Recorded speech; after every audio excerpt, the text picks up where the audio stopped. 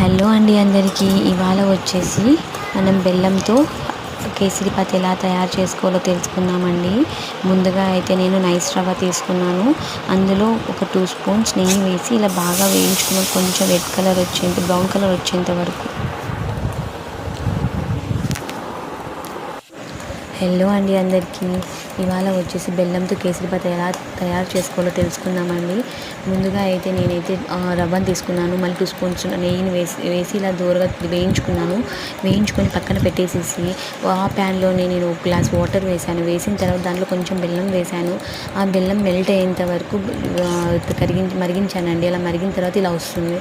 ఇలా వచ్చిన దాంట్లో ఆల్రెడీ మనం పక్కనే రవ్వని పెట్టుకున్నాం కదండి. ఆ రవ్వని తీసుకొచ్చి ఇందులో మిక్స్ చేశాను. ఇలా మిక్స్ చేస్తూ మన గరిటెతో తిప్పుతూ ఉండాలండి. లేకపోతే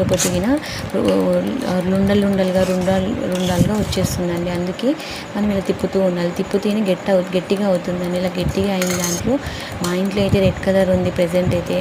ఆ రెడ్ కలర్ని నేను యాడ్ చేసిన దాంట్లో గ్రీన్ కలర్ని యాడ్ చేయొచ్చు, ఆరెంజ్ కలర్ని యాడ్ చేయొచ్చు, ఎల్లో కలర్ని యాడ్ చేయొచ్చండి.